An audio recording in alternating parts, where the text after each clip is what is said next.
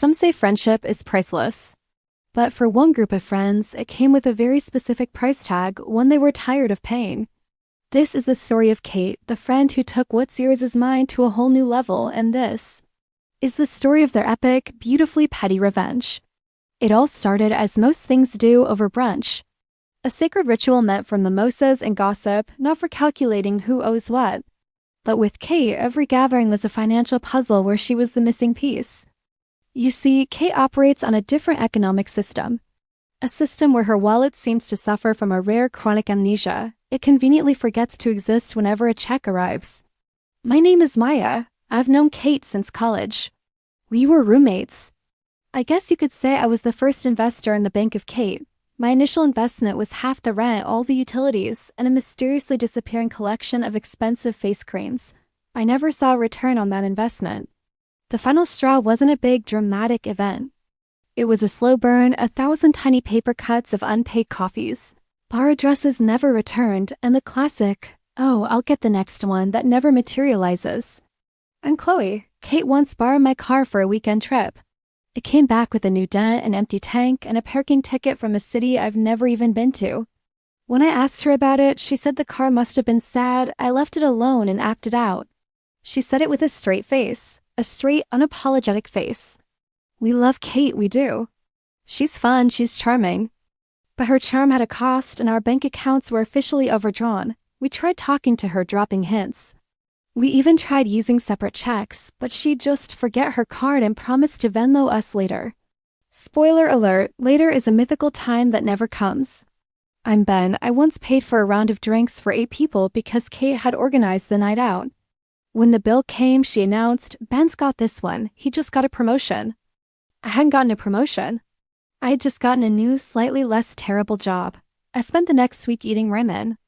Not the fancy kind, the sad 30-cent packet kind. So an idea was born, a plan so devious, so theatrical, it was perfect. If Kate loved getting things for free, we were going to give her the greatest free thing of all, an award. An award for something she had never, ever demonstrated, generosity. We called it Operation Payback. And the stage was set for Kate's 28th birthday party. The theme? A glamorous award ceremony. Little did she know, she was the sole nominee and the guest of honor at her own intervention. The planning was meticulous. We needed a trophy. Not some cheap plastic thing. Oh no, this had to be legit. Ben, being the artist of the group, was in charge of procurement and design. I found the most ridiculously oversized, gaudy gold trophy I could find online. It had an eagle on top, soaring majestically. It screamed importance. I then had a custom plaque made. It read, "The first annual International Award for Unprecedented Generosity, presented to Kate Miller, for her tireless, selfless, and frankly expensive contributions to her friends' lives." The irony was so thick you could cut it with a knife she probably borrowed and never returned. My job was the speech. I compiled what I called the receipts. A detailed, itemized list of Kate's financial oversights. It was long. It was damning. It was glorious. I practiced it in the mirror, channeling my inner Meryl Streep in The Devil Wears Prada. I wanted my delivery to be cold, precise, and devastating. And my job was the logistics. The venue, the guests, the cake. I made sure everyone was in on the joke. The group chat was buzzing. People were sending in their own Kate stories. It was like a support group. A support group for the financially drained. We even created a fake awards committee, the Global Alliance for Benevolence and Sharing. We made a website and everything. The commitment was real. The night of the party arrived. The air was thick with anticipation and the smell of cheap Prosecco we made Kate's new boyfriend buy. Kate walked in, dressed to the nines, completely oblivious. She saw the decorations, the little gold stars, the red carpet we'd made from a roll of craft paper, and she beamed. She actually said, "Oh my God, you guys, an awards night for my birthday? You know how much I love being celebrated." The lack of self-awareness was breathtaking. It was art. We went through the motions. We had cake, we mingled. All the while, the giant veiled trophy sat on a pedestal, waiting for its moment. Kate kept eyeing it, asking what it was for. We just smiled and said, "It's a surprise for someone very, very special."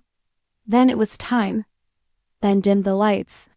I took the stage, or rather the small elevated corner of the living room we designated as the stage. I held the microphone, my heart pounding. This was it. I started the speech. Friends, colleagues, fellow survivors. Tonight, we are here to honor a virtue that is often overlooked in our fast-paced world. A virtue that one person in this room embodies more than anyone I have ever known.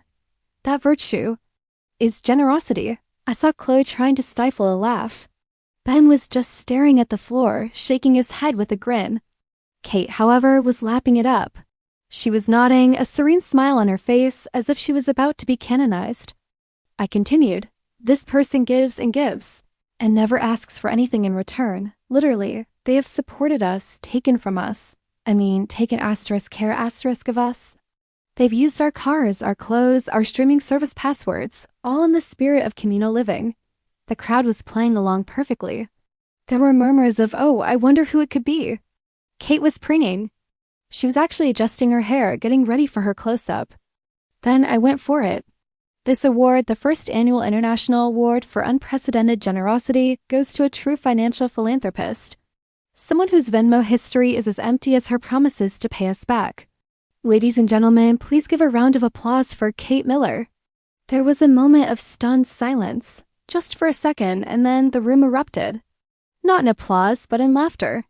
A wave of cathartic, unrestrained laughter. Ben unveiled the trophy. He presented it to her, bowing dramatically. "For your tireless contributions, Kate, we're all richer for knowing you." Well, not literally, of course. Kate just stood there, holding this absurdly large trophy. She looked from the plaque to our faces. She read the inscription. Her smile faltered. It was like watching a computer slowly reboot. You could see the gears turning as it all clicked into place. The brunches, the borrowed car, the forgotten wallets. It all came crashing down in a single golden, gaudy moment. And then she did something none of us expected. She started to laugh. Not a happy laugh, but a choked, "Oh my God, you guys are terrible" kind of laugh. She looked at the trophy, then at all of us, and just shook her head. She said, okay, I get it. Wow, this is a lot." She wasn't angry. She was mortified, which was exactly the point. So, did it work? Did Operation Payback succeed? Well, the next day, a miracle occurred. A series of notifications lit up our phones. Ding, Kate Miller sent you $25 for brunch.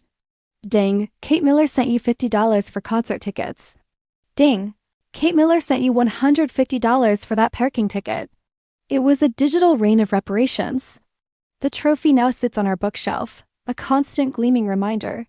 A monument to her past freeloading and a warning for the future. Our friendships are stronger and our bank accounts are safer. And as for Kate? Well, last week she bought the first round of drinks, and you know what? It tasted like victory. Thanks for watching our little documentary. If you have a friend like Kate, maybe don't go this far. Or maybe do. We don't judge. Don't forget to like and subscribe for more stories of petty but effective justice. See you next time.